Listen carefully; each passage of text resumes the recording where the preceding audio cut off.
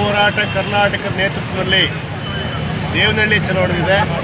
ಕಾರಣ ಇಷ್ಟೇ, ಅಲ್ಲಿ ಚನ್ನರಾಯಪಟ್ಟಣದಲ್ಲಿ ರೈತರು ಕಳೆದ 3 ವರ್ಷಗಳಿಂದ ಸರ್ಕಾರದ ಬಲವಂತದ ಭೂಸ್ವಾಧೀನ ನೀತಿಯನ್ನು ವಿರೋಧ ಮಾಡಿ ಪ್ರತಿಭಟನೆ ಮಾಡ್ತಾರೆ. ನಮಗಿರ್ತಕ್ಕಂಥ ತುಂಡು ಭೂಮಿಯನ್ನು ಯಾವುದೇ ಕಾರಣಕ್ಕೆ ಕೊಡೋದಿಲ್ಲ, ನಮಗೆ ಬೆಳೆಗೆ ಜಾಗ ಬೇಕು ಅನ್ನೋವಂಥವ್ರ ಬೇಡಿಕೆ ಆಗಿದೆ. ಅದು ಸರ್ಕಾರ ಬಲವಂತವಾಗಿ ಅವ್ರ ಭೂಮಿನ ಇವತ್ತು ಕಸ್ಕೊಳ್ಳಿಕ್ಕೆ ಪ್ರಯತ್ನ ಪಡ್ತೇವೆ. ಅದು ಯಾವುದೋ ಸಾರ್ವಜನಿಕ ಉದ್ದೇಶಕ್ಕೋ ಅಥವಾ ಜನರ ಉದ್ದೇಶಕ್ಕೋಸ್ಕರ ಅಲ್ಲ, ಕೇವಲ ಕಾರ್ಪೊರೇಟ್ ಧನಿಗಳಿಗೆ ಕೊಡಬೇಕು, ಅವ್ರ ಹಿತಾಸಕ್ತಿನ ಮಾಡಿಸಬೇಕು, ಅವ್ರಿಗೆ ಸಮಾಧಾನ ಮಾಡಬೇಕು ಅನ್ನೋ ಕಾರಣಕ್ಕೋಸ್ಕರ ಸರ್ಕಾರ ಪ್ರಯತ್ನ ಮಾಡ್ತಾಯಿದೆ. ಈ ಹಿಂದೆ 3 ವರ್ಷದಿಂದ ಆ ಹೋರಾಟ ಆರಂಭ ಆದಾಗ ಇದೇ ಕಾಂಗ್ರೆಸ್ನ ಮುಖಂಡರು ಅದಕ್ಕೆ ಬೆಂಬಲ ಕೂಡ ಕೊಟ್ಟಿದ್ದಾರೆ ಮತ್ತು ಮುಖ್ಯಮಂತ್ರಿಗಳು ಸಭೆಗಳು ಮಾಡಿ ನಿಮ್ಮ ಭೂಮಿನ ವಶಪಡಿಸ್ಕೊಳ್ಳಲ್ಲ ಅಂತ ಹೇಳಿದ್ದಾರೆ. ಆದರೂ ಕೂಡ ಏಕಾಏಕಿಯಾಗಿ ನೋಟಿಸ್ ಕೊಡ್ತಾರೆ. ಅದನ್ನು ವಿರೋಧ ಮಾಡಿ ನಿನ್ನೆ ಇಡೀ ಕರ್ನಾಟಕದ ಸಂಯುಕ್ತ ಹೋರಾಟ ಕರ್ನಾಟಕ ಸಮಿತಿ ಅಂದರೆ ಎಲ್ಲ ದಲಿತ ಸಂಘಟನೆಗಳು, ಕಾರ್ಮಿಕ ಸಂಘಟನೆಗಳು, ಎಡ ಸಂಘಟನೆಗಳು ಇರ್ತಕ್ಕಂಥ ಐಕ್ಯ ವೇದಿಕೆ ಇರ್ತಕ್ಕಂಥ ಒಂದು ದೊಡ್ಡ ವೇದಿಕೆ ನಿನ್ನೆ ಅವರು ದೇವನಹಳ್ಳಿ ಚಲೋ ಹೋರಾಟ ಮಾಡ್ತಾರೆ. ಆ ಹೋರಾಟಕ್ಕೆ ಪ್ರಕಾಶ ಹೋಗ್ತಾರೆ, ಸಾಹಿತಿಗಳು ಹೋಗ್ತಾರೆ.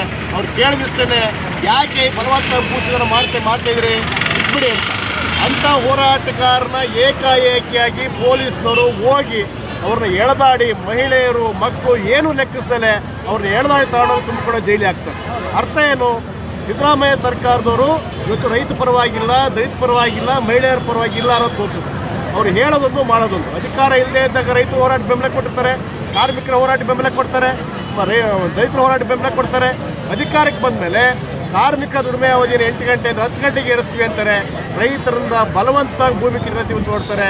ದಲಿತರ ಮೇಲೆ ದೌರ್ಜನ್ಯ ಆದರೂ ಕೂಡ ಯಾವುದೇ ಕ್ರಮ ತಗೊಳ್ಳೋದಿಲ್ಲ. ಇದು ಕಾಂಗ್ರೆಸ್ ಸರ್ಕಾರ ನಿಜವಾಗಿರ್ತಕ್ಕಂಥ ಮುಖ ಆಗಿದೆ. ಸೊ ಅದನ್ನು ಖಂಡಿಸಿ ನಾವು ಇಡೀ ರಾಜ್ಯಾದ್ಯಂತ ಪ್ರತಿಭಟನೆ ಮಾಡ್ತಾಯಿದ್ವಿ. ಇಲ್ಲಿ ಎಲ್ಲ ಕಾರ್ಮಿಕ ಸಂಘಟನೆಗಳು, ದಲಿತ ಸಂಘಟನೆ, ರೈತ ಸಂಘಟನೆ ಒಟ್ಟಾಗಿ ಸೇರಿದ್ವಿ. ನಮ್ಮ ಒತ್ತಾಯ ಇಷ್ಟೇ, ನಿನ್ನೆ ಏನು ಹೋರಾಟಗಾರರ ಮೇಲೆ ಆಗಿರ್ತಕ್ಕಂಥ ದೌರ್ಜನ್ಯ ಅತ್ಯಂತ ಖಂಡನೀಯ. ರಾಜ್ಯ ಸರ್ಕಾರಕ್ಕೆ ನಾಚಿಕೆ ಆಗಬೇಕು. ರೈತರ ಬೇಡಿಕೆನ ಈಡೇರಿಸೋಕ್ಕಾಗದೇ ಇಲ್ಲದೆ ಇವತ್ತು ಏಕಾಏಕಿ ನೀವು ಪೊಲೀಸರನ್ನ ಬಿಟ್ಟು ಅವ್ರ ಮೇಲೆ ದಬ್ಬಾಳಿಕೆ ಮಾಡ್ತೀರಿ, ಎಳೆದಾಡ್ತೀರಿ ಅಂತಂದರೆ ಸಿದ್ದರಾಮಯ್ಯ ನಿಮಗೆ ನಾಚಿಕೆ ಆಗಬೇಕು ಅಂತ ಹೇಳಲಿಕ್ಕೆ ಬಯಸ್ತೇವೆ. ಮತ್ತು ಈ ಮುಖಾಂತರ ಒತ್ತಾಯ ಮಾಡ್ತಾಯಿದ್ವಿ, ಆ ಹೋರಾಟಗಾರರಿಗೆ ಯಾವುದೇ ಥರದ ತೊಂದರೆ ಆಗಕೂಡ್ದು ಅನ್ನೋದು ನಾವು ಹೇಳ್ತೇವೆ. ಮತ್ತು ರೈತರ ಭೂಮಿಯನ್ನು ಕಸ್ಕೊಳ್ಳಿಕ್ಕೆ ಅವಕಾಶ ಕೊಡೋದಿಲ್ಲ. ನೀವು ಹಿಂದೆ ನೀವೇ ಭರವಸೆ ಕೊಟ್ಟಿರೋ ಥರ ಯಾವುದೇ ಕಾರಣಕ್ಕೆ ರೈತರ ಭೂಮಿನ ಬಲವಂತವಾಗಿ ವಶಪಡಿಸ್ಕೋಬಾರ್ದು ಅನ್ನೋವಂಥ ಒತ್ತಾಯನ ಮಾಡ್ತಾ, ಆಗೊಂದು ವೇಳೆ ಮತ್ತೂ ನೀವು ಹಠಕ್ಕೆ ಬಿದ್ದು ರೈತರ ಭೂಮಿಯನ್ನು ಬಲವಂತವಾಗಿ ವಶಪಡಿಸ್ಕೊಂಡ್ರೆ ಖಂಡಿತವಾಗಿ ಇಡೀ ರಾಜ್ಯಾದ್ಯಂತ ಹೋರಾಟ ಭುಗಿಲೇಳುತ್ತೆ.